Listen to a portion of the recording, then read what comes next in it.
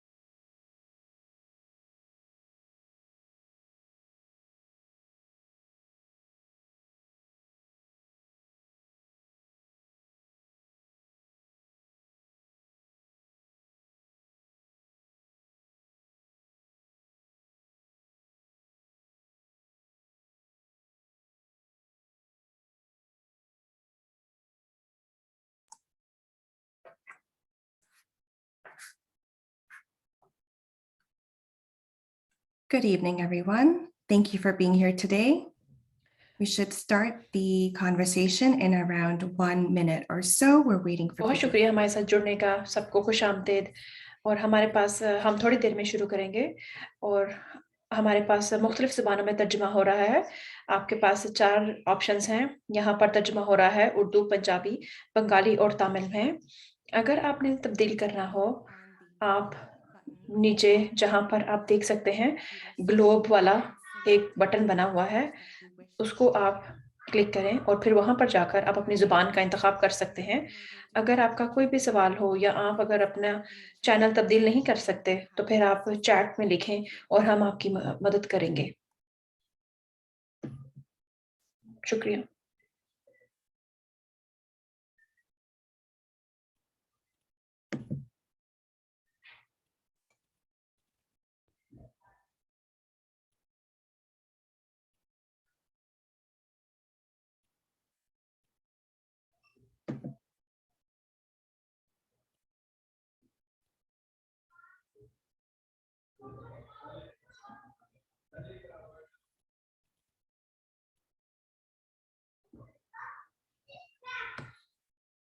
Okay, I think we're ready to start.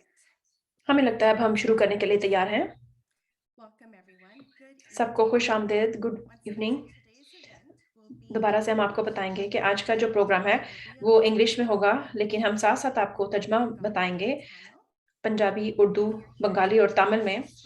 अगर आप यहाँ पर दूसरी ज़ुबान में सुनना चाहते हैं, तो आप यहाँ पर नीचे देख सकते हैं कि ग्लोब का ऑप्शन है और आप अपनी ज़ुबान को उधर से इंतखाब कर सकते हैं। बहुत खुशामदीद यहाँ पर आने का। मेरा नाम सबीना है और मैं को-फाउंडर हूँ साउथ एशियन हेल्थ नेटवर्क की, और मैं ये शुरू करूँगी पहले एक्नॉलेज करने के लिए जो ज़मीन हमारे पास है, जिस पर हम मौजूद हैं। एक ट्रेडिशनल एक चीज़ है जो चिपरावे, होदनशावे और वेंडेंट लोगों की है, और यहाँ पर बहुत ज़्यादा डाइवर्स फर्स्ट नेशंस भी रहते हैं, इनुइट और मेटी लोग भी रहते हैं। बहुत हम शुक्रगुज़ार हैं कि हम इस ज़मीन पर इकट्ठे हुए हैं, जिसको टर्टल आइलैंड कहा जाता है। जो साउथ एशियन नेटवर्क है, एक वॉलंटियर बेस्ड ऑर्गेनाइजेशन है, जो कि इसलिए बनाया गया है ताकि लोगों की सेहत को लेकर ख़ास तौर पर साउथ एशियन लोग जो हैं, उनकी सेहत के ऊपर काम कर सके, और ख़ास तौर पर कोविड-19 पैंडेमिक को लेते हुए भी ज़हन में रखते हुए हमने इसको इंतख़ाब किया है। और इसीलिए हमने काफ़ी सारी जो मुख्तलिफ साउथ एशियन ज़ुबानें हैं, उनका हमने इस्तेमाल किया है, और हमारे साथ प्रोफ़ेशनल्स भी जुड़े हुए हैं। और हम यकीन रखते हैं कि हमारी जो बहुत ज़्यादा अहम कम्युनिटी के पार्टनर्स हैं, वो इस टाउन हॉल को लेकर आगे चल रहे हैं। South Riverdale community health centre को लेकर आगे बढ़े हैं। बहुत शुक्रिया, आपने हमें मदद की, जो भी आप इस कम्युनिटी के लिए कर रहे हैं। तकरीबन 1 महीना पहले फाइज़र वैक्सीन को अप्रूव किया गया 5 से 11 साल के लिए। बच्चों को नज़र में रखते हुए हम वालिदैन जो हैं, वो इस ज़िम्मेदारी को बहुत अहम समझते हैं। हमारे पास बहुत ज़्यादा सवाल आए थे हमारी कम्युनिटी में वालिदैन की तरफ से, और हम चाहते हैं कि जितनी कोशिश कर सकें, उसको हम रिकॉर्ड करें और उनके सवाल पूछ सकें। तो उन सवालों के जवाब हम 2 स्पीकर से लेंगे, मैं उनको इंट्रोडक्शन करना चाहूँगी। सबसे पहले हमारे पास डॉक्टर गीता वाही हैं। डॉक्टर वाही जो हैं वो एसोसिएट प्रोफ़ेसर हैं पीडियाट्रिक के डिपार्टमेंट में, मैकमास्टर यूनिवर्सिटी में और पीडियाट्रिशियन भी हैं मैकमास्टर चिल्ड्रन हॉस्पिटल में। जो इन्होंने क्लिनिकल काम किया है उसमें पीडियाट्रिक हॉस्पिटल मेडिसिन में किया है और इसके अलावा बच्चों में जो मोटापा हो जाता है उसका ट्रीटमेंट करते हैं और इनका जो रिसर्च है वो फ़ोकस करना चाहते हैं कि हेल्थ सेहत कितनी अच्छी है लोगों की और फ़ोकस बच्चों की सेहत के ऊपर फ़ोकस करते हैं और उनकी बुनियादी सेहत के ऊपर। हम आपको खुशामदीद कहते हैं डॉक्टर वाही को। उसके बाद हमारे पास डॉक्टर निशा थांपी हैं और इन्होंने अपना जो मेडिकल की ट्रेनिंग थी वो मुकम्मल की थी। पीडियाट्रिक और सब स्पेशलिटी ट्रेनिंग है, वो इन्फेक्शियस डिजीज़ेज़ में की थी यूनिवर्सिटी ऑफ टोरंटो से और वो हॉस्पिटल से चिल्ड्रन टोरंटो में काम कर रही हैं। मास्टर ऑफ साइंस डिग्री उन्होंने पब्लिक हेल्थ में लंदन स्कूल से ली थी और क्लिनिकल रिसर्च भी करती रहीं टोरंटो में, एंटी माइक्रोबियल में, माउंट सिनाई हॉस्पिटल में और university of health network Toronto में और उन्होंने इन्फेक्शन डिजीज़ का डिवीजन जो जॉइंट में ही शामिल किया ईस्टर्न ओंटारियो में, जो कि ओंटारियो में है। हम आपको वेलकम करते हैं डॉक्टर टैम्पी। बहुत शुक्रिया मुझे बुलाने का। मुझे पता है कि लोगों के बहुत ज़्यादा सवाल हैं और हमें बहुत ज़्यादा सवाल मिले कम्युनिटी एम्बेसडर की तरफ से भी और हमारी कम्युनिटी जो कि पूरे ओंटारियो में है और हमने कुछ सवालों की लिस्ट बनाई है जो कि ज़्यादातर हमें लोगों की और वालिदैन की तरफ से पूछे गए थे। उनमें से कुछ सवालों से हम शुरू करते हैं। और मैं ये भी बताना चाहूँ कि अगर हमारे पास और भी लोग हैं जो कि सवाल पूछना चाहें, तो आप यहाँ पर क्यू एंड ए बॉक्स है जो आपके कंप्यूटर स्क्रीन के ऊपर, वहाँ पर आप सवाल लिख सकते हैं और हम कोशिश करेंगे कि उन सवालों के जवाब पूछे जाएँ इस वेबिनार के आखिर में। अभी हम शुरू करेंगे जो कि कम्युनिटी मेंबर से सवाल पूछेंगे। डॉक्टर वाही से मैं शुरू करूँगी कि हमें कितनी खुराकें बच्चों को देनी चाहिए और बच्चों को कौन-सी खुराक मिलती है? ये बहुत अहम सवाल है क्योंकि जो बच्चे 5 से 11 साल हैं, उनके लिए जो खुराक है वो मुख्तलिफ है, जो कि 12 साल से ऊपर के बच्चों को दी जाती है उससे। जो बच्चे 5 से 11 हैं, उनकी बहुत कम डोज़ है, उसको 10 माइक्रोग्राम दी जाती है बजाय के 30 माइक्रोग्राम देने के और इस वक़्त उन बच्चों को ज़रूरी किया गया है कि वो 2 डोज़ उनको मिलें। ये हमारी नेशनल एडवाइज़री कमेटी जो है इम्यूनाइज़ेशन की, उन्होंने कहा है कि दोनों डोज़ में 8 हफ्तों का फ़र्क होना चाहिए। ये सवाल हमें बहुत ज़्यादा मिलता है क्योंकि जो खुराक है उसमें मुख्तलिफ है बच्चों के लिए और बड़ों के लिए। तो बहुत शुक्रिया आपने ये हमें एक्सप्लेन किया। अगला सवाल जो है वो डॉक्टर थेम्पी से हम पूछते हैं कि जो वैक्सीन है वो महफ़ूज़ है या उसके कोई ज़िमनी असरात हैं जिसका हमें पता होना चाहिए? ये भी सवाल बहुत ज़्यादा वालिदैन की तरफ से पूछा जाता है। बहुत शुक्रिया सवाल का जवाब देने का। ये भी बहुत ज़रूरी एक सवाल है क्योंकि मैं खुद भी एक वालिदा हूँ और ये भी मेरे रडार पे था जब मैं बच्चों का डाटा देख रही थी। जब वैक्सीन के लिए मैंने देखा हर उम्र के लिए, ख़ास तौर पर जो उम्र मेरे बच्चों की भी है, जो कि 5 से 11 के बीच में हैं। जो वैक्सीन ट्रायल है, बहुत ज़्यादा हज़ार बच्चे थे जिनको एनरोल किया गया था और ये देखा है कि वैक्सीन बहुत महफ़ूज़ है और जब मैं कहती हूँ कि महफ़ूज़ है, तो इसका ये मतलब है कि उसका एक फ़ौरन जो रिएक्शन होता है वैक्सीन के बाद देखते हैं कि बॉडी किस तरह रिस्पॉन्ड करती है और फिर ये देखा जाता है कि कुछ खराब रिएक्शन भी होता है उसका। तो फिर ये देखा गया कि वैक्सीन के कुछ दिनों के बाद क्या असरात हुए, तो हमने देखा कि 2% से भी कम बच्चों को बुखार हुआ और ज़िमनी असरात हुआ। थोड़े बहुत बच्चों को जहाँ पर वैक्सीनेशन लगती है, वहाँ पर पेन होती है, जैसे कि बड़ों को भी होती है। लेकिन अगर पेन की दवाई दी जाए तो उसका बहुत अच्छा असर होता है। लेकिन बहुत कम ऐसी तशवीश आई सामने कि उसके ज़मनी असरात बहुत कम होते हैं बच्चों में और हमारे सामने बल्कि ऐसा बहुत ही कम हुआ। जैसे कि बहुत कम ऐसा देखा गया कि उनको दिल के नज़दीक थोड़ी-सी इन्फ्लेमेशन का सामना करना पड़ा। हमारे पास जो मालूमात है जो कि हम हकीकी ज़िंदगी के बारे में देखें, 3 मिलियन बच्चों को जिनको 2 खुराकें मिल चुकी थी, तो उनको इस मसले का बहुत कम हमें रिपोर्ट्स मिली हैं।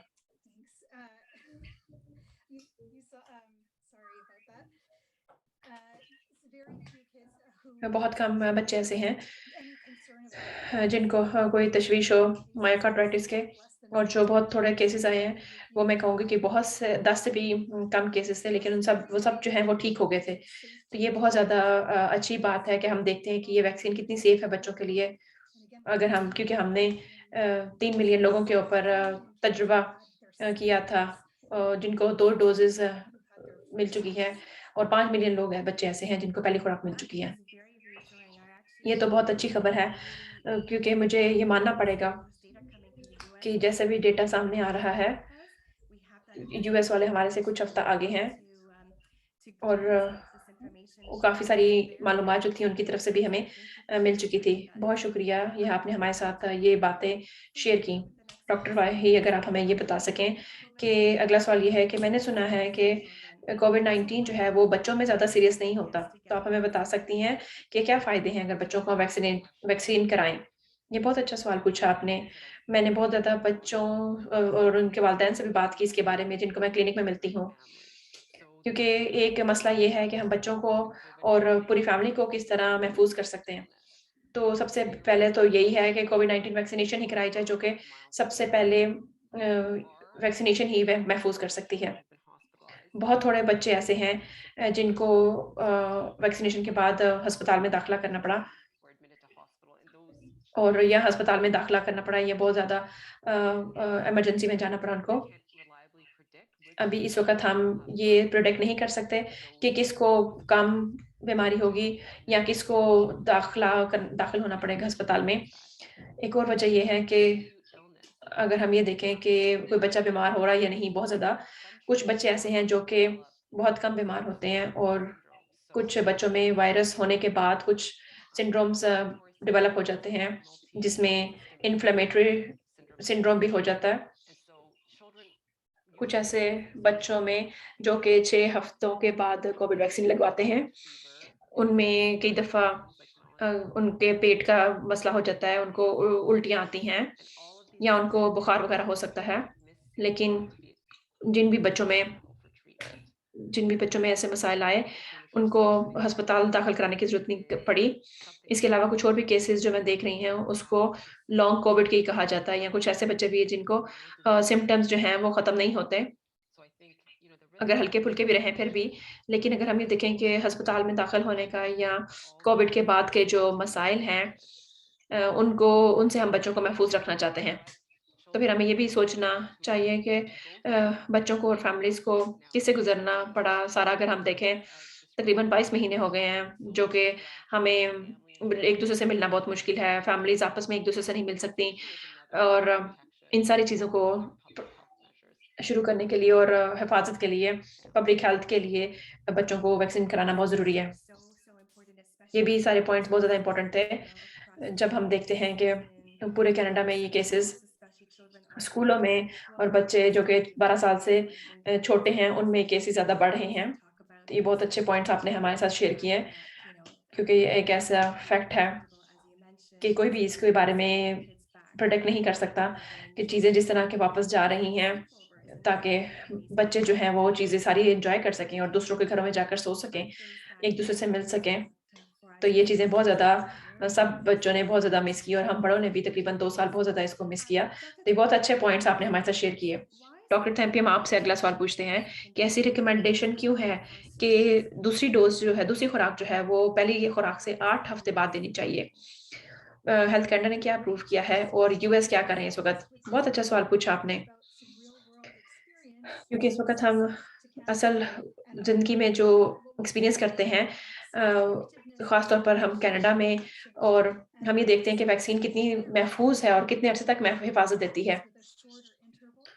और अगर हम ये देखें कि अगर वैक्सीन छोटे अरसे के बाद देते हैं, क्योंकि हमने बड़ों में भी जो तजुर्बा किया था, हो सकता है बच्चों के लिए वो एक जैसा ना हो, तो ये थोड़ी-सी बातें अभी हमें नहीं भी पता, कुछ चीज़ों का अभी। लेकिन वैक्सीन ऐसी है जो कि बच्चों में इस्तेमाल करने के लिए अप्रूव की गई है, जिसमें वो एक ऐसी जिसमें दूसरी डोज़ जो है 3 हफ्ते के बाद भी दी जा सकती है। लेकिन लेकिन आपको पता होना चाहिए कि आप क्या चूज़ कर रहे हैं। दोनों में अगर आप छोटा थोड़ी देर के लिए गैप देना चाहते हैं, तो वो आपको इजाज़त देता है कि आप जल्दी अपने आप को प्रोटेक्ट कर सकते हैं। और हमारे पास डाटा है यूएसए की तरफ से कि जो केसेस थे वो बढ़ गए थे, ख़ास तौर पर बच्चों में। इसलिए हमें कुछ हो सकता है कि थोड़ी देर के लिए तहफ़्फ़ुज़ मिल सके, छोटे अरसे के लिए, थोड़ी देर के लिए वो फ़ायदा हो हमें और तहफ़्फ़ुज़ मिले बच्चे को, क्योंकि 2 अगर हम 2 खुराकें जो है वो तो थोड़े अरसे के लिए देंगे। और हम बच्चों को चाहते हैं कि ज़्यादा देर तक उनको प्रोटेक्शन मिल सके, तहफ़्फ़ुज़ मिल सके। मेरे लिए अच्छा ट्रेड ऑफ ये होगा कि कितना नुकसान है अगर हम 2 खुराकें जो हैं वो जल्दी-जल्दी दे देते हैं, बजाए इसके कि अगर हम 2 डोज़ में ज़्यादा टाइम रखते हैं। तो हमारे पास अभी सिग्नल जो है बहुत कम है और जो हमारे पास शुरू में जो डाटा है, वो पूरे 3 मिलियन केसेज़ के बारे में तो नहीं, ना ही डोज़ेज़ के खुराक के बारे में, लेकिन फिर भी हमारे पास जो नंबर भी रिपोर्ट किए गए हैं, वो बहुत अच्छे नंबर्स थे, जिससे हमें उम्मीद बनती है। और आखिर में ये कहूँगी कि हम अपनी कम्युनिटी में अगर हम देखें कि ये बीमारी जो है वो कितनी खतरनाक है। अगर हम ये देखें कि वो बच्चे जिन्होंने कोई वैक्सीन नहीं कराई, लेकिन अगर एक बच्चा है जिसने अ, एक वैक्सीन कराई है, एक खुराक कराई है, तो फिर भी ये एक तशवीश है उन बच्चों के लिए जिन्होंने एक डोज़ ली है वैक्सीन की, लेकिन अभी भी दूसरी खुराक का इंतज़ार कर रहे हैं। तो एक बहुत टफ़ सवाल है मेरे लिए और वालिदैन के लिए भी एक टफ़ फ़ैसला है, एक मुश्किल फ़ैसला है करने के लिए, क्योंकि दोनों जो तरीके हैं, दोनों के फ़ायदे भी हैं। लेकिन ज़्यादा ज़रूरत इस बात की है कि हम ज़्यादा से ज़्यादा मालूमात हासिल करें इस बारे में कि आप अपनी किस कम्युनिटी में रह रहे हैं, आपकी कम्युनिटी की क्या सिचुएशन है, आपके ख़ानदान के क्या हालात हैं, आपकी कम्युनिटी के रिस्क क्या हैं, ताकि आप ये फ़ैसला कर सकें कि छोटा अगर हम कम गैप दें, तो फिर किसका ज़्यादा फ़ायदा हो सकता है। हमारे पास टफ़ ऑप्शंस हैं हमारे सामने और उसमें से हमने चूज़ करना होता है। बहुत शुक्रिया आपने ये सारा कुछ हमें बताया। डॉक्टर वाही, हमारा आपसे अगला सवाल है, क्या हमने वैक्सीन को काफ़ी देर के लिए टेस्ट किया है? क्या आपको पता है कि इसके तवील मुद्दती असरात क्या होते हैं? और हमें कोई ऐसी चीज़ है जिसके बारे में हमें परेशान होना चाहिए? ख़ास तौर पर हम बच्चों की बात कर रहे हैं, क्योंकि इस वक़्त वालिदैन जो हैं, उनको कंसर्न है कि वो बच्चों के बारे में परेशान हैं। बहुत ज़्यादा एक वैलिड सवाल हमें लगता है और हम आपसे इसके बारे में बात करना चाहते हैं। हाँ जी, मेरे ख़्याल में जैसे कि आपको पता है कि अगर आप तवील मुद्दती असरात के बारे में बात करें, तो कोई ऐसी उम्मीदें नहीं हैं कि जिससे हमें लगे कि इस वैक्सीन की वज़ह से कोई तवील मुद्दती असरात होंगे। अगर आप बहुत कम रिस्क है, कोविड इन्फेक्शन ज़्यादा हो सकता है, बजाए इसके कि अगर हम सोचें कि तवील मुद्दती असरात के। एमआरएनए वैक्सीन जो है उस जैसे कि बताया गया, उससे वो हमारी बॉडी को एक मैनुअल दे देता है, एक हदायत देता है कि हमारी बॉडी में किस तरह स्पाइक प्रोटीन बनाना है। ऐसा नहीं है कि वो बस जाके बैठा होता है कि वहाँ पर जाके वो तवील मुद्दती असरात दे, ऐसा नहीं है। और मेरे ख़्याल में कि हर फ़ैमिली को फ़ैसला करना होता है अपने हालात को देखकर, लेकिन ये एक बहुत महफ़ूज़ वैक्सीनेशन है और हमें ये पता चला है कि बहुत ज़्यादा महफ़ूज़ है। ये भी बहुत ज़्यादा तसल्ली बख्श है, ये देखना कि जो हमारे पास अब स्टैटिस्टिक्स आ रहे हैं, जो कि मैंने देखा 8.5 बिलियन खुराकें हमें मिली हैं वैक्सीन की पूरी दुनिया में। और ये नंबर ही अगर हम सोचें, सिर्फ़ अगर हम इस नंबर को ही सोचें और इसके अलावा जो भी डाटा हमें मिल रहा है कि कितने महफ़ूज़ है और कितनी अच्छा काम कर रही है, बहुत इम्पोर्टेंट है ये देखना कि हम कहाँ पर जा रहे हैं और इस टाइम में हम कहाँ तक पहुँच चुके हैं। और हमारे पास अब बच्चों के लिए भी 8.5 बिलियन डोज़ेज़ जो हैं, ये एक नंबर जो है बहुत ज़्यादा तसल्ली बख्श है। तो अगर हम तहफ़्फ़ुज़ के बारे में ही बात करें, एक और सवाल हम डॉक्टर निशा से बात करेंगे कि मायोकार्डाइटिस के बारे में है। हम इसके बारे में बहुत ज़्यादा खबरों में सुनते हैं और उसकी वजह से बहुत ज़्यादा परेशानी भी होती है। कन्फ्यूज़ भी हो जाते हैं पेरेंट्स कि ये एक बड़ी डील है या नहीं? हमें इसके बारे में मायोकार्डाइटिस के बारे में परेशान होना चाहिए या नहीं? क्या आप हमें थोड़ी-सी मालूमात इसके बारे में देंगी? और पेरेंट्स को दोबारा से रीएश्योर कराएँ कि मायोकार्डाइटिस क्या है और उनको इसके बारे में तशवीश होनी चाहिए या नहीं? तो हम इन्फेक्शियस डिसीज़ के बारे में बात करेंगे साथ-साथ। मैं ये कहूँगी कि जो लफ़्ज़ है मायोकार्डाइटिस मेरे लिए भी बहुत तशवीश कुन था क्योंकि मैं इन्फेक्शन डिज़ीज़ में काम करती हूँ बच्चों के लिए और मैं मायोकार्डाइटिस देखती थी पैंडेमिक से पहले। तो बहुत मुश्किल होती थी ये देखना। तो इनके इन्फ्लेमेशन होती थी, सूजन होती थी उनके मसल्स में और दिल के इर्द-गिर्द भी और हम बहुत थक जाते थे। बहुत ज़्यादा थक जाते थे वो बच्चे क्योंकि उनका जो दिल होता था उसके साइडों पे जगह जो थी वो सूजी हुई थी। लेकिन मायोकार्डाइटिस अब ऐसा नहीं है जो कि हम वैक्सीन को लेकर मायोकार्डाइटिस देख रहे हैं। लेकिन कोविड के बाद ऐसा मायोकार्डाइटिस देखने में आया लेकिन वैक्सीन के बाद नहीं। तो मैं मायोकार्डिटिस के बारे में अगर मैं सोचूँ, तो पैंडेमिक से पहले देखती हूँ जो कि दूसरे वायरस की वज़ह से होता है। वो रिस्क तो अभी भी वहाँ पर है क्योंकि हमारे पास ज़्यादा वायरल इन्फेक्शन हमारी कम्युनिटी में ज़्यादा आ रहे हैं और मुझे लगता भी है कि आगे बढ़ते हुए भी मायोकार्डाइटिस रिलेशन ज़्यादा होंगे। लेकिन वैक्सीन को लेकर हमें लगता है कि हमें मायोकार्डाइटिस के केसेज़ इतने ज़्यादा सामने नहीं आएँगे। और जो बच्चों जिनको हम देख रहे हैं, हमारे अस्पताल में मायोकार्डाइटिस वाले जिनको वैक्सीन कराई हो, बहुत मुश्किल होता है कि बहुत कम हमने ऐसे बच्चों का सुना। उनको अ, बोह उन जब वो बहुत ज़्यादा कंसर्न का टाइम पीरियड होता है उनके लिए, तो उनको बहुत हल्की-सी छाती में दर्द होती है और हम देखते हैं कि उनकी बॉडी में कुछ कीमियाती मवाद का में कुछ तब्दीली आई है, लेकिन बहुत ज़्यादा कोई ख़ास तब्दील नहीं होती कि वो काम ना कर सकें, हिल-जुल ना सकें, बिल्कुल बहुत हफ़्ते और बहुत दिनों तक वो बेड से ना उठ सकें और बहुत ज़्यादा शदीद किस्म की उनको थेरेपी देनी पड़े। ऐसा बहुत हमने देखा है कि बहुत कम ऐसा मसला होता है बच्चों में और बहुत ज़्यादा जिनमें होता भी है, उनको टाइलेनॉल और एडविल से ही आराम आ जाता है। मैं इ मुझे ऐसा नहीं है कि मैं ये लोगों को एश्योर करना चाह रही हूँ कि कितना मुख्तलिफ है मायोकार्डाइटिस जो कि एक इन्फेक्शन के पास साथ होता है बच्चों को, जो कि मेरे ख़्याल में ये इन्फेक्शन तकरीबन हर बच्चे को होता है। जब हमारे पास डेल्टा था हमारी कम्युनिटी में, लेकिन ओमिक्रॉन के साथ बच्चों को काफ़ी हद तक यकीन है कि वो हो सकता है। लेकिन मेरे ज़हन में एक इम्पोर्टेंट चीज़ ये है बच्चों को वैक्सीन कराने की कि बच्चों को पहले ही खुराक दी जाए, तो फिर भी काफ़ी हद तक उनमें जब ऐसा टाइम आता है तो वो हिफ़ाज़त ऑलरेडी उनके जिस्म में होती है। मायोकार्डाइटिस से रिलेटेड एमआईएससी को भी अगर हम देखें, बच्चों के लिए एक इश्यू होता है। अगर उन्होंने 1 डोज़ लगवा ली हुई है, लेकिन बहुत ज़्यादा तसल्ली बख्श है ये बात कि हमारे सामने बहुत ज़्यादा रेट्स मायोकार्डाइटिस के नहीं आ रहे। यूएस में भी हमने ऐसा देखा है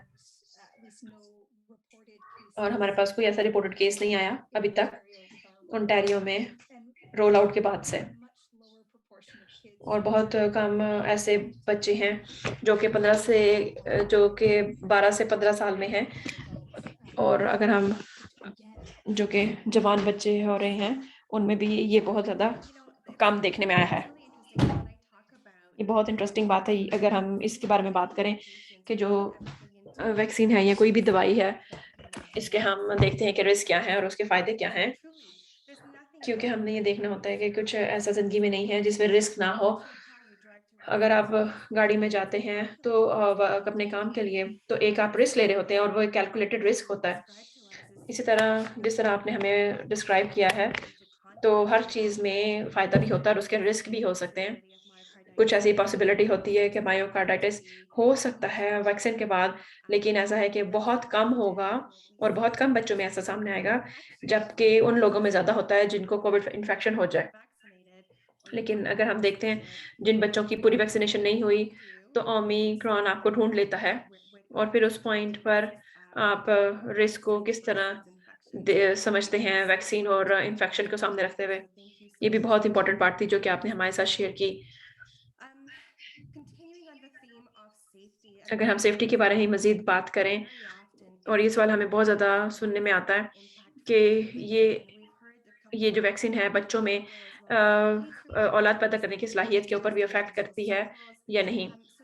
और इसमें जो माहाना साइकिल होता है उसके ऊपर भी कोई इफ़ेक्ट होता है या नहीं?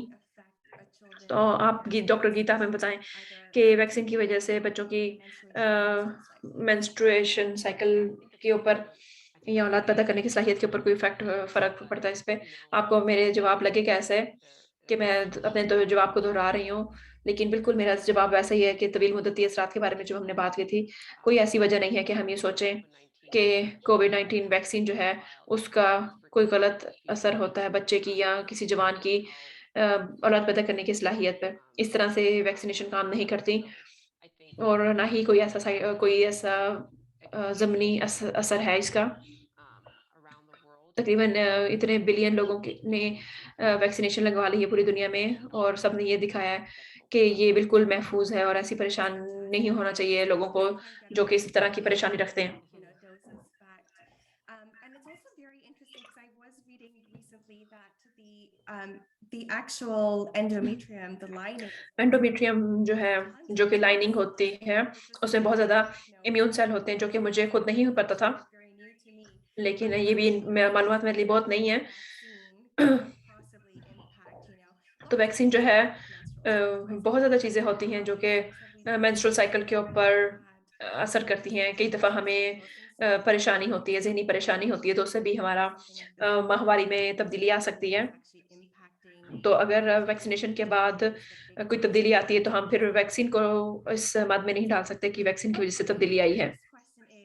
अगला सवाल ये है कि जो वैक्सीन का असर डीएनए पे होता है या कुछ इसका तब्दीली करती हैं हमारी डीएनए पे? डॉक्टर निशा से हम ये पूछते हैं। ये बहुत आसान है इसका जवाब देना। डॉक्टर गीता ने इसके बारे में जवाब दे दिया कि ये एक रेसिपी होती है। एक इम्यून सिस्टम को हम रेसिपी दे रहे होते हैं जिसका वो जवाब देना होता है उन्होंने। कि जो एक वायरस का जवाब देते हैं जब उसको देखते हैं। लेकिन इसके अलावा ऐसा कुछ नहीं है कि डीएनए के अंदर ये नहीं जाते। हमारे टिश्यू के ऊपर नहीं जुड़ते ये बाद में और ये बहुत देर तक नहीं रहता हमारी जिस्म में 1 दिन से ज़्यादा के लिए। तो जो छोटा जवाब मैं दूँगी कि ऐसा नहीं है। जब लोग देखते हैं एमआरएनए के बारे में और फिर ऑटोमैटिकली वो इसके बारे में सोचते हैं कि ये हमारे डीएनए के ऊपर भी इसका असर होगा। तो ये है अच्छा आपने हमें एश्योर करा दिया है कि इसका डीएनए के ऊपर भी कोई असर नहीं होता। तो ये भी मेरा मुझे उम्मीद है कि वालिदैन सुनकर उनको तसल्ली हुई होगी।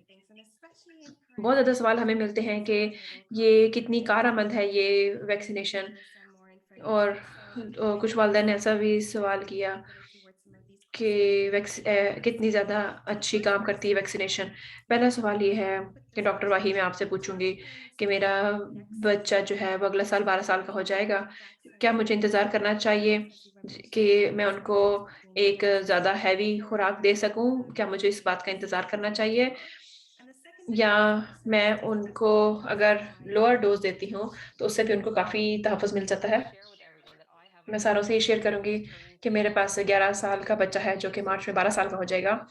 तो मैंने इस सवाल के बारे में भी सोचा, ना सिर्फ़ मैंने अपनी फ़ैमिली के लिए भी बल्कि अपने मरीज़ों के लिए भी और रिकमेंडेशन यही थी। मैं भी यही कहूँगी कि आपको जो भी सबसे पहले जो भी वैक्सीन अवेलेबल है वो आपको इस्तेमाल करनी चाहिए। मेरी बेटी जो कि काफ़ी लंबी है, मैंने ये सोचा कि क्या मुझे अगले साल का इंतज़ार करना चाहिए, लेकिन मैंने ये फ़ैसला किया कि नहीं, जो भी पहली डोज़ अवेलेबल है, वो मुझे इस्तेमाल कर लेनी चाहिए, जो कि उसने ली। पब्लिक हेल्थ भी हमें यही बताती है कि अगर आपका बच्चा दूसरी डोज़ से पहले 12 साल का हो जाता है, तो फिर उसको 12 साल वाला ही सेकंड डोज़ देनी चाहिए। और लेकिन मेरी बेटी जो है, वो सेकंड डोज़ के वक़्त भी 11 साल की होगी, इसलिए उसको वही खुराक मिलेगी। वैक्सीन जब हम देते हैं, तो फिर हमें बिल्कुल इस तरह ही सोचना चाहिए जैसे कि दवाई हम दे रहे हैं बच्चे को। बच्चों को वज़न देखना चाहिए कि बच्चे का वज़न कितना है। तो वैक्सीन जो है, वो वज़न के हिसाब से नहीं दी जाती, बल्कि इस हिसाब से दी जाती है कि आपका इम्यून सिस्टम कितना डेवलप हुआ हुआ है। तो रिकमेंडेशन यही है कि जो भी पहली खुराक जो अवेलेबल है, आपको वो बच्चे को देनी चाहिए उनकी उम्र के हिसाब से। Absolutely. Yeah, for sure. I think that cusp question is definitely something that मेरा ख्याल है we often कि ये सवाल बहुत ज़्यादा लोगों के ज़हन में आता था, तो आपने बहुत अच्छा nothing wrong with क्लियर कर दिया हमें इसको। breastfeeding children in that age group, in the और हमें ये देखना है कि उस एज ग्रुप में बच्चों के लिए age group कितने एफिशिएंट है। the और हमने ये studies स्टडीज़ में showing देखा was कि very efficient. ये So काफ़ी वैक्सीन जो थी this is उसकी very काफ़ी reassuring कारआमद साबित हुई। coming up from the और ये US डाटा too. भी बहुत ज़्यादा रीअश्योरिंग है जो कि यूएसए की तरफ से हमारे सामने आ रहा है। This is where things get a little complicated. We यहाँ are पर ये चीज़ें ज़रा मुश्किल हो जाती हैं not a few क्योंकि days out from हम Christmas. तकरीबन 9 दिन रह गए हैं क्रिसमस में। Kids at this point would have बहुत ज़्यादा बच्चे जो हैं उन्होंने एक खुराक लगवाई है वैक्सीन की, second dose. जो कि दूसरी खुराक के लिए 8 हफ्ते के बाद So the questions that we're eligible getting is होंगे how नए effective साल is में। one dose तो of सवाल हमारे सामने ये आता है vaccine at an कि holiday कितनी season? फ़ायदेमंद है वैक्सीन की, अगर हमारे पास एक खुराक हो वैक्सीन की, जबकि हम हॉलिडे में छुट्टियों के सीज़न में जा रहे हैं। ये एक मुश्किल सवाल है क्योंकि 2 तरह के वेरिएंट्स जो हैं हमारे बच्चों में के सामना करना पड़ रहा है और हमारी कम्युनिटी को सामना कर रहा है। एक अडल्ट वेरिएंट है जो कि गर्मियों से पहले भी यहाँ पर था, और एक ओमिक्रॉन वेरिएंट है जो कि पता चला है कि ज़्यादा जल्दी फैलता है, और ये भी पता चला है कि वैक्सीन ज़्यादा कारआमद नहीं है उसके लिए। और हम बात कर रहे हैं कि वो कितनी इफ़ेक्टिव होगी और हमें कितना तहफ़्फ़ुज़ मिलेगी। और यहाँ हमें इसके बारे में भी इतनी ही मालूमात है कि हमें नाउम्मीद नहीं होना चाहिए। हमें ये जितना पता है कि जो पिछले साल जिस वैक्सीन ने काम किया था, उससे काफ़ी फ़ायदा हुआ था। जो भी हमने पिछले छुट्टियों में हमने जो प्रैक्टिस की थी, जैसे भी हमारा बिहेवियर था, हम चाहते हैं कि हम वही करें। जो हमारे कमज़ोर लोग हैं, नातवान लोग हैं, जो हमारे बच्चे हैं, उनको किस तरह महफ़ूज़ कर सकते हैं। इसलिए जैसे कि हमने मास्क लगा के रखा, और किस तरह हमने बाहर लोगों से मिलना है, जो जगह है उसकी उसकी वेंटिलेशन होनी चाहिए। मैं ज़्यादा एम्फसाइज़ ये नहीं कह सकती कि मास्क जो है वो बहुत अच्छा होना चाहिए, जिससे लीकेज कम हो, उससे बहुत ज़्यादा फ़र्क पड़ता है। बच्चों के लिए जो ओमिक्रॉन के खिलाफ मैं यही बताऊँगी कि जो कि बहुत कोविड की सीवियर आउटकम हो रही है, वो डाटा हमारे सामने नहीं आएगा। छुट्टियों से पहले तक तो नहीं आ सकता हमारे पास वो डाटा सामने, लेकिन हमें ये ज़हन में रखना चाहिए कि वैक्सीन कितनी इफ़ेक्टिव है बड़ों में, वो बच्चों में कुछ मुख्तलिफ नहीं होगा, बिल्कुल वैसे ही हम उम्मीद रखते हैं कि वैसे ही होगा। कभी-कभार हमें बड़ों को ये कहना पड़ता है कि अपने एक्शंस को तब्दील करें कि जिससे वो वायरस को घर ना लेकर आएँ, और उसके लिए कम्युनिटी के जो भी बिहेवियर बताया गया है कि उन्हें क्या करना चाहिए, मास्क पहनना चाहिए, अपने आप को दूसरों से दूर रखना चाहिए।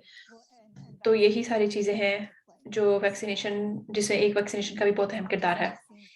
तो सिर्फ वैक्सीन ही नहीं है, बल्कि हमें बाकी चीज़ों को भी छुट्टियों में मद्देनज़र रखना चाहिए। Where we can all collectively do a lot of things और इसमें हमें बहुत ज़्यादा मिलकर अपना हिस्सा I love डालना है, to ताकि हम इसका सामना मज़बूती से कर सकें। during the pandemic with each layer her different layers हमारे पास आ रही थी, और greater risk and उससे हमें ये देखना है कि किस तरह हम रिस्क को कम कर सकते हैं। वेंटिलेशन होनी चाहिए, मास्क पहनना चाहिए, एक-दूसरे से दूर रहना चाहिए, और लेकिन हम सब मिलकर इस रिस्क को कम कर सकते हैं, और ये बहुत ज़्यादा ज़रूरी होगा। एक-दूसरे से कॉन्टैक्ट करें, ताकि ये ज़्यादा ना फैल सके। क्योंकि अभी हम देख रहे हैं कि केसेज़ बहुत ज़्यादा बढ़ रहे हैं, और आगे हम छुट्टियों में सीज़न में जा रहे हैं। ये बहुत अच्छा आपने हमें इस टाइम पे याद कराया, क्योंकि हम छुट्टियों में अब जा रहे हैं। लेकिन इसके बाद मैं एक और सवाल आपसे पूछूँगी। आपने हो सकता है पहले भी इसके बारे में बात किया हो। ओमिक्रॉन के बारे में आप क्या कहेंगी कि जो वैक्सीन है वो कितनी कारआमद है? ये न्यू वेरिएंट ओमिक्रॉन के खिलाफ कितनी कारआमद है? अगर आप जनरल बात कर सकें, ना सिर्फ़ के बच्चों के मद्देनज़र रखते हुए। लोगों ने सुना होगा अब तक कि वो इतने ज़्यादा कारआमद नहीं हैं, जो 2 खुराक वैक्सीनेशन लगवाई हैं, वो ओमिक्रॉन वेरिएंट के खिलाफ इतनी कारआमद नहीं हैं। हमारे पास कुछ स्टडी है यूके की तरफ से और सेंट पेट्रिका की तरफ से और वहाँ पर जो लोग रहते हैं वो थोड़े-से मुख्तलिफ हैं। लेकिन फिर भी हम उनको ये नहीं समझते कि वो बहुत मुख्तलिफ हैं। लेकिन जो मुकम्मल तौर पर वैक्सीनेटेड लोग थे, उनमें भी ऐसे इलामा सामने आ रहे हैं। अगर आपको इलामात हों तो आप दूसरों को भी फैला सकते हैं। अगर आप में सिम्पटम्स इलामात नहीं भी हैं, फिर भी आप लोगों में फैला सकते हैं। लेकिन अगर किसी में इलामात सामने नज़र आ जाती हैं, तो फिर मुझे बहुत ज़्यादा परेशानी होगी कि वो दूसरों को में भी फैला सकते हैं। इससे थोड़ा-सा कम इफ़ेक्टिव है ये, लेकिन फिर भी ओवरऑल जनरल अगर हम बात करें, तो फिर भी बेहतर है वैक्सीनेशन कराना। यूके ग्रुप ने ये देखा अपनी शुरू के रिपोर्ट्स में कि जो लोग बूस्टर लगवा लेते हैं, उनमें वो बिल्कुल ऐसे ही होता है कि जैसे कि रीबाउंड इफ़ेक्ट हो रहा है, ज़्यादा उनमें तहफ़्फ़ुज़ होती है। 2 डोज़ के बाद जितनी तहफ़्फ़ुज़ मिलता है, वो तकरीबन 9-10 हफ़्ते के बाद, तकरीबन 2 महीने के बाद, वो उसका असर कम होना शुरू हो जाता है। और जब आप बूस्टर लगवा लेते हैं 2 हफ़्ते के बाद, तो फिर आप वापस उसी लेवल पर आ जाते हैं, तकरीबन 70 से 80% से ज़्यादा तक। ये बच्चों का टाउन हॉल है लेकिन हम ये चाहते हैं कि जो भी लोग एलिजिबल हैं, जो बूस्टर लगवा सकते हैं, हम उनसे रिक्वेस्ट करेंगे कि वो जाएँ, बूस्टर लगवाएँ, वो अपने आप को भी महफ़ूज़ करें, अपने बच्चों को भी महफ़ूज़ कर सकते हैं इस तरह। और हमने पहले जब बात की थी इसके बारे में कि अपने आप बच्चों को महफ़ूज़ कैसे कर सकते हैं ताकि वो एक तरीका उसका ये भी है कि जो बड़े लोग हैं, वो खुद सबसे पहले अपने आप को प्रोटेक्ट करें। हमारे पास ऐसे मैंडेट्स नहीं हैं, लेकिन हम ये इंश्योर कर सकते हैं कि जो हमारे इर्द-गिर्द लोग हैं उनको एक्सेस दी जाए बूस्टर वैक्सीन के लिए, ताकि जहाँ पर लोग काम करते हैं, उसको भी हम महफ़ूज़ बना सकते हैं। और जो रिस्क जब घरों में भी कम होगा फिर, घरों में भी लोग कम बीमार होंगे अगर जगहों से मैं बहुत शुक्रगुज़ार हूँ कि मैं पीडियाट्रिशियन हूँ कि मैं बच्चों के बारे में इस तरह बात कर सकती हूँ। बच्चों को आइसोलेशन में रखना अपने स्कूल से, अपनी कम्युनिटी से बहुत ज़्यादा मुश्किल होता था। इसलिए हमें ये ज़रूरी है कि हम ऐसे पॉलिसी रखें, ऐसे प्रोसीजर्स बनाएँ, जिसमें हम बच्चों को प्रोटेक्ट कर सकें जब तक कि वो खुद कोई एक्शन नहीं लेते अपनी हिफाज़त के लिए, अपनी वैक्सीनेशन के थ्रू और मास्क पहनने के थ्रू और जबकि वो भी बड़े हो रहे हैं, अभी वैसे स्टेज पे हैं, तो ये सारी चीज़ें बहुत ज़रूरी हैं। अगर ये एक्शन लिए जाए कि सिर्फ़ बड़े लोग जो हैं उसको इस चीज़ को पुश कर सकते हैं, पॉलिसी लेवल पर भी जाकर और हर अपने लेवल पर भी और कम्युनिटी लेवल पर भी। और ये बहुत ज़रूरी है कि 5 साल से छोटे लोग जो हैं, अभी वो एलिजिबल नहीं हैं, उनको वैक्सीनेशन नहीं मिल सकती, उनको अभी इंतज़ार करना पड़ेगा इसके लिए। इसलिए मैं समझती हूँ कि ये बहुत ज़्यादा ज़रूरी है कि वालिदैन होने के नाते पूरी सोसाइटी को सामने रखते हुए, मद्देनज़र रखते हुए, हमारे लिए बहुत ज़रूरी है कि हम इसको कंसिडर करें अपने बच्चों को हिफाज़त के लिए। एक और सवाल जो हमारे सामने बहुत ज़्यादा आता है, जो कि रेस्पिरेटरी वायरस जब भी पीक में होता है, ख़ास तौर पर जब इन्फ्लुएंज़ा होता है, जिसकी हमारे पास वैक्सीन भी है, हम क्या टाइमर रखनी चाहिए कि जब हमें कोविड वैक्सीन कराई है बच्चे की, हम उस वक़्त फ्लू शॉट दे सकते हैं। जब हमने कोविड-19 वैक्सीनेशन कराई है बच्चे की, उसी टाइम पे हम फ्लू शॉट भी बच्चे को दे सकते हैं। आप वैक्सीनेशन दे सकते हैं बच्चे को, लेकिन रिकमेंडेशन यही है कि कुछ हफ़्ते इंतज़ार करना चाहिए। तकरीबन 2 हफ़्ते का इंतज़ार करना चाहिए। ये नहीं कि उसमें कोई इंटरेक्शन होगा, लेकिन अगर हमें पता हो कि अगर कोई ज़िमनी असरात हैं, तो हमें पता हो कि किस वैक्सीनेशन की वज़ह से कुछ बच्चों में बाजू सूज जाता है, कुछ थकावट होती है बाद में बच्चों को और फिर उनसे हम हेल्थ केयर प्रोवाइडर से, डॉक्टर से डिस्कशन करें, तो हम डॉक्टर को बता सकते हैं कि किस वज़ह से वो इल्लामात हैं बच्चों में। फ्लू शॉट मैं सारों को ये बताना चाहूँगी कि सारों को फ्लू शॉट भी लगवाएँ, जो वालिदैन हैं वो खुद भी अपने बच्चों को भी फ्लू वैक्सीन, फ्लू शॉट्स लगवाएँ, जो कि इन्फ्लुएंज़ा के लिए है। क्योंकि इन्फ्लुएंज़ा से भी बहुत ज़्यादा बच्चे कनाडा में अमवात होती है बच्चों की, जिसको हम जिन बच्चों की हिफाज़त कर सकते हैं। डॉक्टर निशा का कहना है कि ये सिर्फ़ बड़ों पे एडल्ट्स नहीं होता कि हम बच्चों को उसी वक़्त दें जब हम बूस्टर दे रहे हैं और मैं अभी तक ठीक हूँ, लेकिन जो ज़िमनी असरात हैं वो ऐसा नहीं होता कि जो ज़िमनी असरात हैं बहुत ज़्यादा सीरियस हो जाएँगे, बहुत दिन तक रहेंगे या बहुत सीरियस होंगे। लेकिन इतना ज़्यादा एक्सपीरियंस हो गया हुआ है कि अगर हम फ्लू वैक्सीन उसी टाइम पे दी जाए तो एक रिकमेंडेशन दी गई है नेशनल एडवाइजरी कमेटी की तरफ से और बाकी जो बैनुल-अक़वामी एडवाइजरी कम्युनिटीज़ हैं इम्यूनाइज़ेशन के बारे में कि फ्लू शॉट कभी भी दी जा सकती हैं। लेकिन जब इन्हें पता है कि पेरेंट्स की लाइफ इतनी कॉम्प्लिकेटेड है अ, ताकि अगर आप कम अपने विज़िट रखना चाहते हैं अगर आप डॉक्टर की तरफ कम विज़िट रखना चाहते हैं और आप जल्दी प्रोटेक्शन चाहते हैं। एक मेडिकल एंग्ज़ायटी होती है बच्चों को 2 दफ़ा लेकर जाना, बच्चों को वैक्सीनेशन के लिए और नीडल लगवाना, तो हम एक विज़िट कम कर सकते हैं अगर आप सेम टाइम दोनों बच्चों को फ्लू शॉट और कोविड-19 वैक्सीनेशन देना चाहते हैं। तो ये एक बहुत अच्छा पॉइंट था। डॉक्टर वही नेक्स्ट सवाल मैं आपसे पूछती हूँ। ये भी तकरीबन जो पहला हॉलिडे के बारे में हमने बात की थी, उससे मिलता-जुलता ही है। क्योंकि माँ होने के नाते ये मेरे ज़हन में भी बहुत ज़्यादा सवाल आता है। क्या बच्चे अपने दादा-दादी, नाना-नानी से मिल सकते हैं, उनको हग कर सकते हैं, अगर उन्होंने सिर्फ़ एक खुराक लगवाई है वैक्सीनेशन की? ये बहुत मुश्किल सवाल है और मेरा ख़्याल में ये वापस डॉक्टर थेम्पी ने जो कहा मैं उससे इत्तेफ़ाक करती हूँ और हमने पहले भी इस तरह की क्वेश्चन आंसर किए थे। हर एक को अपनी सिचुएशन को सामने रखते हुए रिस्क असेसमेंट करनी चाहिए और ये देखना चाहिए कि डाटा हमें क्या कहता है टाउन हॉल के फ़ोकस को लेकर और आपको ये सोचना चाहिए कि बाकी चीज़ों को सामने रखना चाहिए कि जो आपके ग्रैंड पेरेंट्स हैं, उन्होंने बूस्टर लगवा ली है, उनको वैक्सीनेशन मिल गई हुई है। आपके पास मौका है कि आप रैपिड टेस्ट करवा सकते हैं। ये सारी चीज़ें जो हैं, इन सारी चीज़ों को सामने रखना चाहिए। मुझे पता है कि ये बहुत अच्छे तरीके से हम इसको सामने नहीं रख सकते, लेकिन ये बहुत ज़रूरी है हर एक के लिए। हग करना तो एक-दूसरे से मिलना-जुलना बहुत ज़रूरी है, लेकिन सबसे पहले हमारे लिए ज़रूरी ये है, ये देखें क्या वो सेफ़ है, कितना महफ़ूज़ हो सकता है। मुझे पता है कि ये 2 सालों में ये बात एक बहुत मुश्किल थी कि बच्चों को ने कितना मिस किया, अपने फैमिली से नहीं मिल सके और अपने दादा-दादी, नाना-नानी से नहीं मिल सके। मेरी जो सास हैं, जो उन्होंने मेरे ससुरालियों ने गर्मियों में वैक्सीनेशन करा ली थी और मैंने अपने 5 साल बच्चे को बताया कि हम आपके दादा-दादी, नाना-नानी को मिलने जा रहे हैं और वो इतना पुरजोश था। क्या मैं उनको मिल सकता हूँ? क्या मैं उनसे हग कर सकता हूँ? ये पहले सवाल था मेरे बच्चे के ज़हन में।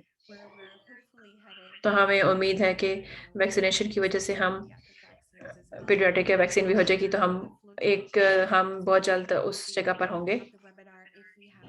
हम इस वेबिनार में देखेंगे आखिर में कुछ और सवाल भी अगर हमारे पास कुछ टाइम होता है। एक और डॉक्टर थेम्पी से मेरा सवाल है, इसके बारे में हमने पहले भी बात की थी। जैसे कि इसको रोकने के लिए और भी मेजर्स हमें लेने चाहिए। एक और सवाल ये है कि बच्चों की जब वैक्सीनेशन हो जाए उसके बाद बच्चे मास्क पहनना छोड़ सकते हैं।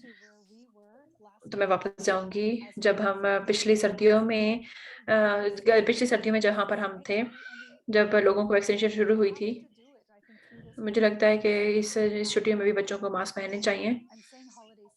मैं सिर्फ़ छुट्टियों का बात कर रही हूँ क्योंकि ये एक ऐसा मौसम है जो कि वायरल का मौसम होता है, इन्फेक्शन ज़्यादा फैलते हैं, जो साँस के थ्रू फैलते हैं। हमें नहीं पता क्योंकि ये कोविड भी और इन्फ्लुएंज़ा भी एक रेस्पिरेशन बीमारी हमारे साँस से बीमारी लगती है। इसलिए मैं कहना चाहूँगी कि जब बच्चों की वैक्सीनेशन हो जाए, 1 डोज़ हो जाए या दूसरी डोज़ भी जब बच्चों को मिल जाए और अभी भी ये सारी बीमारी जो है फैल रही है, मुझे लगता है कि अभी ये रिकमेंड करना चाहिए कि बच्चे मास्क पहनें क्योंकि वैक्सीन बहुत अच्छी हैं, लेकिन बिल्कुल 100% महफ़ूज़ नहीं करती। हम उन जो बीच में गैप्स आ रहे हैं, हम उनको फ़िल करना चाहते हैं। हमें पता है कि मास्क का बहुत अच्छा काम रहा, जिसकी वजह से हमारे जो कमज़ोर लोग थे कम्युनिटी में, वो महफूज रहे। बच्चों का स्कूल जाना शुरू हो गया और जो असातिज़ा थे, वो भी महफूज रहे। और अच्छी बात है ये भी है कि बहुत ज़्यादा बच्चे उनको इस चीज़ का इस्तेमाल और इस चीज़ से उनको आदत हो गई है और इसको वो बर्दाश्त कर सकते हैं अपने चेहरे के ऊपर। इसलिए मैं ये इसलिए मैं ये कहूँगी कि मास्क नहीं उतारना अभी इस वक़्त, और इसको आगे कुछ अरसा पहनना चाहिए और फिर दोबारा से हम चेक कर सकते हैं जब ये बीमारी कम हो जाए और हम देख सकें कि हम अपनी कम्युनिटी को किस तरह महफूज़ रख सकते हैं। ये बहुत अच्छी बात की आपने। अगले अगला साल भी हमारे लिए बहुत ज़्यादा इंटरेस्टिंग हो सकता है। ये देख पता चलेगा कि हम किस तरफ जा रहे हैं। डॉक्टर भाई, आपसे सवाल पूछूँगी इसी बारे में। क्या बच्चे जो हैं वो अपनी गैर निसाबी सरगर्मी में वापस जा सकते हैं वैक्सीनेशन के बाद? इसके बारे में भी आप हमें ज़रूर बताएँ। मेरे ख़्याल में मैं इस बात के ऊपर ज़ोर दूँगी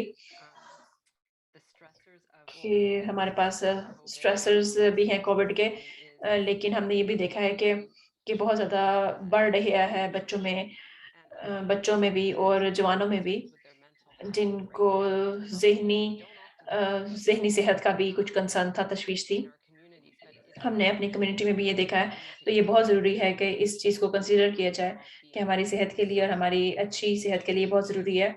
मेरे ख़्याल में बच्चों को चाहिए और बड़ों को भी इस चीज़ की ज़रूरत है कि वो एक-दूसरे से मिलें, एक-दूसरे से बात करें, उनको गाने बजाने का शौक है और इस सब चीज़ की ज़रूरत भी है।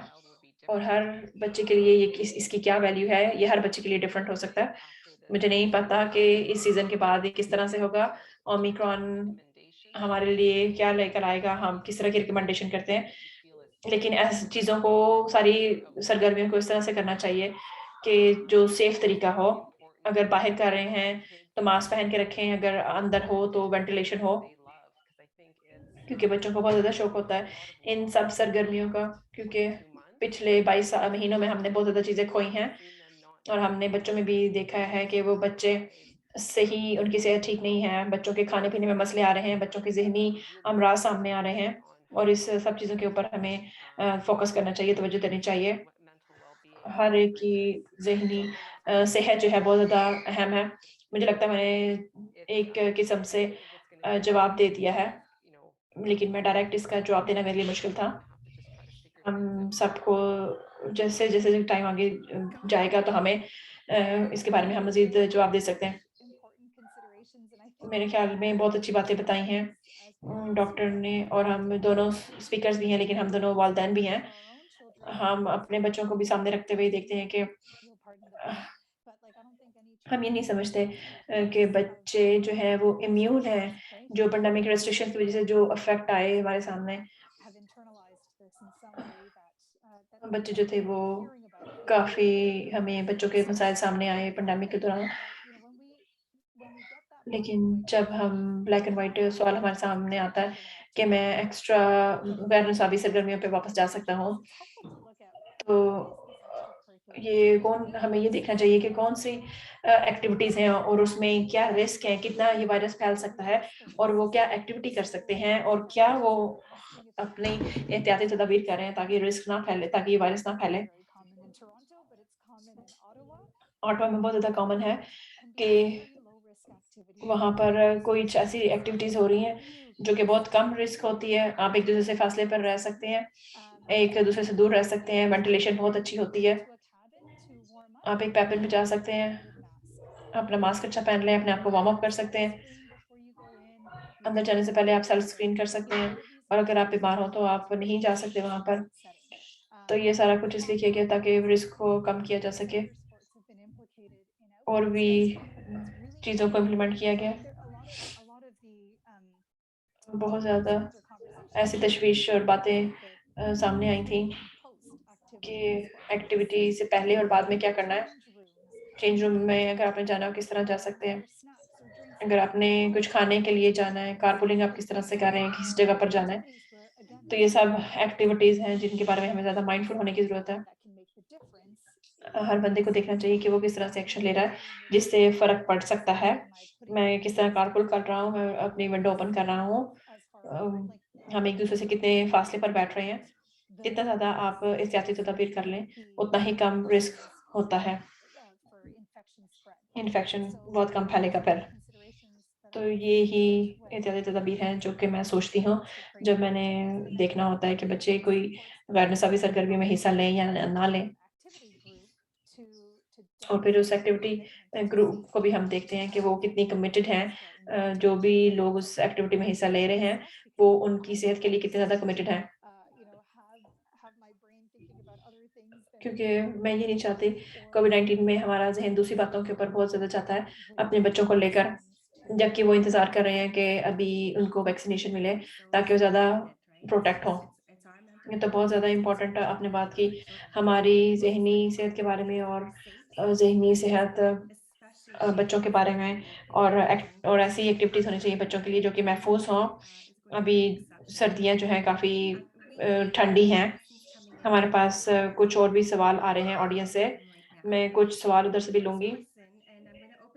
पहला सवाल ये है और आप दोनों में से कोई भी जवाब दे सकता है। हमें बेबीज़ जो होते हैं, अगर माएँ जो हैं वो उनको ब्रेस्ट फीड करा रही हैं और वो वैक्सीनेटेड है। I know, you go ahead. You go ahead, Nisha. Uh, so, um, so if if babies are being breastfed, they're getting अगर छोटे बच्चे हैं जो कि ब्रेस्ट फीड कर रहे हैं, तो उनको थोड़ी-सी प्रोटेक्शन मिल जाती है, लेकिन मुकम्मल प्रोटेक्शन नहीं होती। तो इसलिए हम माँओं को सपोर्ट कर रहे हैं, जो कि वैक्सीनेशन कराना चाह रही हैं। क्योंकि डाटा इतना कंसिस्टेंट है हमारे पास कि प्रेगनेंसी के दौरान जो वैक्सीनेशन होती है, माँओं को हिफ़ाज़त करती है। उस वक़्त वो इम्यून कॉम्प्रोमाइज़ स्टेट में होती हैं, जबकि वो प्रेग्नेंट हों। और जो एंटीबॉडीज़ जो हैं, वो बच्चे में भी ट्रांसफ़र होती हैं, लेकिन ये डिफरेंट एंटीबॉडीज़ होती हैं जो कि एक फ़ीटस जो होता है, जो कि माँ के पेट में होता है उस वक़्त और बेबी के जिस्म में वो रहता है पैदाइश के कुछ महीनों तक। लेकिन जो ब्रेस्ट फीड जो दूध के थ्रू उतना ज़्यादा माँ बच्चों में नहीं जाता। मैं ये चाहूँगी कि माँओं को पता हो कि जो ओमिक्रॉन है, ये एक बिल्कुल मुख्तलिफ पॉपुलेशन साउथ अफ्रीका में फैल रहा था। लेकिन काफ़ी ज़्यादा नंबर हमारे सामने ऐसे भी आए हैं जो कि बच्चे अस्पताल भी दाखिल कराना पड़ा, जो कि 1 साल से छोटे ग्रुप में आते हैं। तो ये देखने की ज़रूरत है। हमारे पास काफ़ी ज़्यादा सबूत हैं माँओं को रीएश्योर कराने के लिए कि जब वो प्रेग्नेंट हैं, उस वक़्त भी अपने आप को वैक्सीन कराएँ, तो बहुत अच्छा आइडिया है और उससे वो अपने बेबी को भी शुरू के कुछ महीनों में तहफ़्फ़ुज़ दे सकती हैं। डॉक्टर वही अगर आप कुछ और बताना चाहें तो? No, no, I think that was it. No, great answer. मैं मज़ीद कुछ नहीं कहना चाहती। अगला सवाल ये है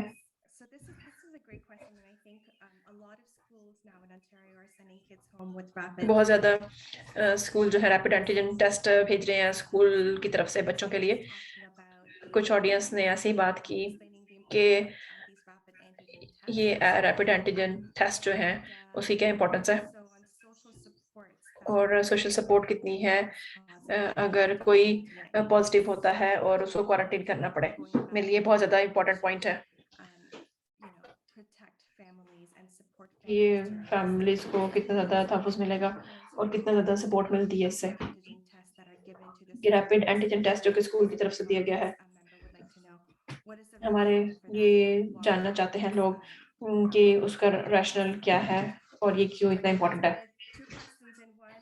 और ये तकरीबन 2 सवाल हैं या 3 सवाल हो जाते हैं और हम इनमें से 1 या 2 के बारे में बात कर सकते हैं। और हम कॉइन फ्लिप भी कर सकते हैं अगर आप चाहें। मैं शुरू करती हूँ। You know, we talked earlier tonight about पहले हमने बात की assessment of risk, असेसमेंट्स के बारे में कि रिस्क देखें और अंडरस्टैंड करें you know, what the risk might be of, for example, कि रिस्क क्या हो सकता है grandparents or कि आप अपने ग्रैंडपेरेंट्स को मिल सकते हैं नहीं और इसके अलावा और भी चीज़ें। rapid antigen test can और also जो रैपिड एंटीजन टेस्ट होता है, वो भी उसका एक हिस्सा हो सकता है रिस्क असेसमेंट का। और जब आप उस सिचुएशन में एंटर होने से पहले अगर आपको पता हो कि आप नेगेटिव हैं या पॉजिटिव हैं, तो उससे भी रिस्क कम हो सकता है। और हमें ऐसी कहानियाँ सुनते रहते हैं अपने मीडिया में भी और लोगों के थ्रू भी कि लोग इकट्ठे होते हैं और कुछ अर्से बाद उनको पता चलता है कि कोई एक पॉजिटिव था और फिर इस तरह दूसरे लोगों को भी एक्सपोज़र हो जाता है। तो ये बहुत ज़रूरी हो सकता है कि हम कहीं पर जाने से पहले, गैदरिंग में जाने से पहले ये टेस्ट करा लें कि किसी को पॉजिटिव है या नेगेटिव है। फैमिलीज़ को हमने इन्फॉर्मेशन दी थी थॉर्नहिल में और ये बहुत अच्छा रहा कि यहाँ पर भी एजेंसीज़ हैं कम्युनिटी में, ऐसे लोग हैं जो कि फैमिलीज़ को सपोर्ट कर सकते हैं कि अगर कोई पॉजिटिव हो जाता है और उसको एक्स्ट्रा सपोर्ट चाहिए हो, जब वो इससे गुज़र रहे हों।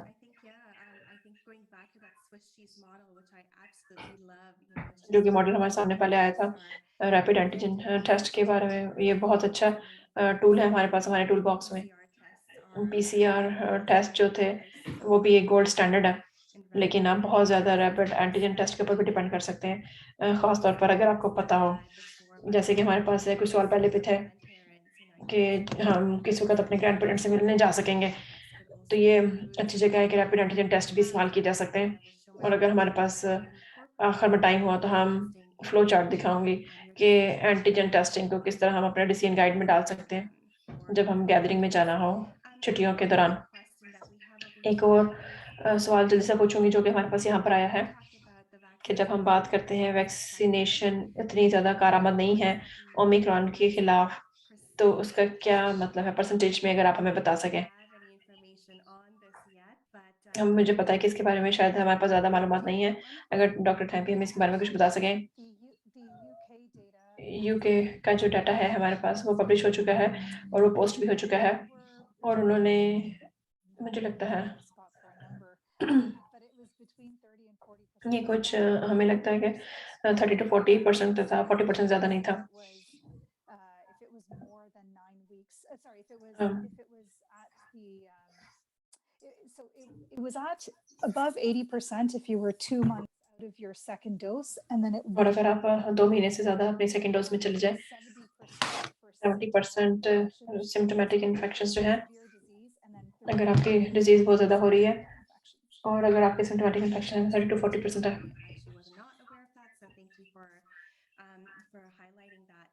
बहुत शुक्रिया आपने इसको हाइलाइट किया हमारे लिए। मेरा ख्याल है हमारे पास कुछ ऐसे भी सवाल थे जो कि कंटेंट हमने पहले भी जवाब दे चुके हैं अपनी प्रेजेंटेशन में। अगर किसी ने शुरू में जो इवेंट अटेंड नहीं किया तो परेशान होने की ज़रूरत नहीं है। तो हम सारी रिकॉर्डिंग हमारे पास है, तो हम इसको रिकॉर्ड किया हुआ है, हम इसको पोस्ट भी करेंगे। अगर आपका कोई भी क्वेश्चन था, अगर आपने उसको मिस कर दिया है तो आप उसको दोबारा सुनने का मौका मिलेगा। मैं कोशिश करूँगी कि अगर मैं फ्लो चार्ट खोल सकूँ। क्या ये सारे देख सकते हैं? ये एक फ्लो चार्ट है जिसकी तरफ मैंने आज रेफ़र किया इसके बारे में। और मैं एक ईज़ी गाइड की तरह है ये।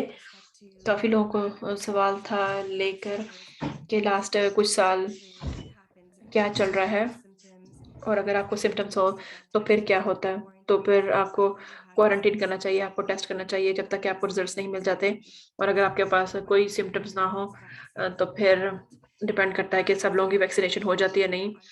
जो रैपिड टेस्ट होता है वो एक और लेयर है उन सब के ऊपर और बूस्टर जो है वो अभी अवेलेबल नहीं है सबके लिए, जो 18 प्लस के लिए अवेलेबल नहीं है सबके लिए। जो इम्यूनो कम्प्रोमाइज़्ड हैं उनके लिए है, जो हाइली इन्फेक्शियस हैं उनके लिए, कुछ लोगों को ज़्यादा बीमारी का खतरा होता है, उनको बूस्टर जितनी जल्दी हो सकता है ले लेना चाहिए। और कोशिश करें खाना बाहर खा सकते हैं नहीं, ये भी काफ़ी ट्रिकी है इस वक़्त। व्हाइट क्रिसमस आ रही है, विंटर भी है। अगर ये पॉसिबल ना हो तो कोशिश करें कि वेंटिलेशन बेहतर बना सकें आपके घर में, ताकि आप विंडो खोल सकें, हिपा फ़िल्टर्स इस्तेमाल कर सकें। काफ़ी ज़्यादा तरीके हो सकते हैं जिसकी वज़ह से आप हिफ़ाज़त अपनी बढ़ा सकते हैं।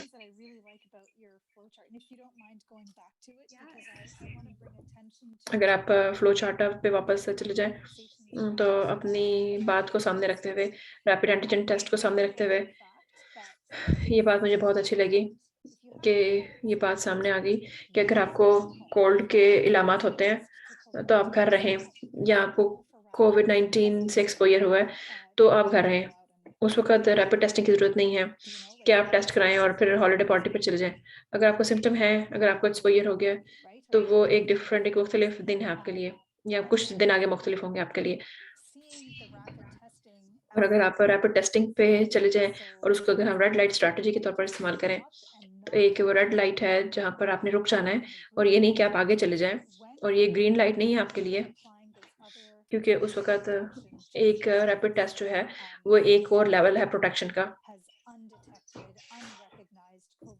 वो एक अनडिटेक्टेड अनरिकॉग्नाइज्ड कोविड-19 है, और वो शाम तक उसको हो सकता है कि कोविड हो जाए। ये भी एक इवेंट है जो कि अभी क्वेश्चन में है, और हमें ज़्यादा एहतियात करनी चाहिए, और ये एक बहुत अच्छा मैसेज है जो कि फ्लो चार्ट के थ्रू मैं देना चाहती थी सबको। ये सारे टूल्स हैं जो कि हम इस्तेमाल कर सकते हैं इकट्ठे, अगर हम इकट्ठे होना चाहते हैं और महफूज रखना चाहते हैं एक दूसरे को। तो इस तरह से हमारा टाइम जो है आज का वो ख़त्म हो रहा है। मुझे ये टाइम बहुत जल्दी से गुजर गया, और हमें लगता है कि ये सारी इन्फॉर्मेशन जो हमने आपसे शेयर की, आपके काफ़ी सवालों के जवाब हम देने में काबिल हो सके, और आप अपने बच्चों को वैक्सीनेशन कराने में आपको फैसला करने में आसानी होगी, क्योंकि ये हमारा काम है वालिदैन होने के नाते। और मैं आपको ये इनकरेज करूँगी कि आप जिसके ऊपर तसल्ली रखते हैं, यकीन रखते हैं, उनके साथ कॉन्टैक्ट करें। वो आपके डॉक्टर भी हो सकते हैं, आपके फार्मेसिस्ट भी हो सकते हैं, या कम्युनिटी में से भी कोई बंदा हो सकता है, आपके जमात का, आपकी मज़हब का कोई लीडर भी हो सकता है। और फोकस कोविड कम्युनिकेशन ग्रुप की तरफ से भी कुछ क्वेश्चन सामने आए थे, वो भी लोग देख सकते हैं। South Asian health network website भी देख सकते हैं, जिसको हमने तर्जुमा किया हुआ है काफ़ी ज़ुबानों में। ये सारे रिसोर्सेज़ हैं आपके लिए, जिनको आप इस्तेमाल कर सकते हैं। और इसकी हम रिकॉर्डिंग भी पोस्ट करेंगे। आपका कोई सवाल हो तो आप सुन सकते हैं। अगर आपका कोई सवाल हो, या आप दूसरे वालिदैन को भी बताना चाहें इसके बारे में, तो आप बता सकते हैं। मैं बहुत शुक्रगुज़ार हूँ हमारे दोनों स्पीकर्स के लिए। बहुत शुक्रिया डॉक्टर थैम्पी, डॉक्टर वाही, आज यहाँ हमारे साथ आने का और हमारे सारे सवालों का जवाब देने का, जो कि हमारे कम्युनिटी मेंबर्स के साथ शेयर करने का, अपनी एक्सपर्टीज़ हमारे साथ शेयर करने का। और फिज़िशियंस होने के नाते आपने हमें बताया कि ये वैक्सीनेशन कितनी इम्पोर्टेंट है। आपने नॉलेज हमारे साथ शेयर किया और एक्सपर्टीज़ हमारे साथ शेयर की। और मैं सबका शुक्रिया अदा करूँगी, जिन सब ने हमें आज जॉइन किया। अपने सवालों का बहुत शुक्रिया। कम्युनिटी पार्टनर्स का भी बहुत शुक्रिया। आपके बगैर हम ये प्रोग्राम करना बहुत मुश्किल था। बहुत शुक्रिया हमें जॉइन करने का। और ये पोल है एंड ऑफ सेशन पोल, जो कि हम चाहते हैं कि आप इसका जवाब दें। 3 सवाल यहाँ पर दिए गए हैं, और हम ये करना चाहेंगे 3 पोल। इन सवालों का अगर आप तीनों का जवाब दे सकें तो हमारे लिए बहुत फ़ायदेमंद होगा। हम नए साल में जब जाएँगे और न्यू टाउन हॉल का प्लान करेंगे। पहला सवाल ये है कि अब मुझे वैक्सीनेशन के बारे में पहले से ज़्यादा मालूमात मिल चुकी हैं, तो आप इनमें से नीचे दी गई 5 ऑप्शंस हैं, जिनमें से एक का इंतखाब कर सकते हैं, जिसमें लिखा हुआ है कि आप बहुत ज़्यादा एग्री करते हैं, ना ही आप एग्री करते हैं, ना डिसएग्री करते हैं। चौथी ऑप्शन है कि आप इसे डिसएग्री हैं, और 5वीं ऑप्शन है कि आप बहुत ज़्यादा स्ट्रांगली डिसएग्री करते हैं। दूसरा सवाल ये पूछा गया है कि जो भी आज मालूमात यहाँ पर आपने सीखी हैं, उससे आपको वैक्सीनेशन का फ़ैसला करने में आपको मदद मिलेगी। इसको भी जवाब देने के लिए आपके पास 5 ऑप्शंस हैं। और तीसरा सवाल ये है। बहुत शुक्रिया आपका। खुदा हाफ़िज़।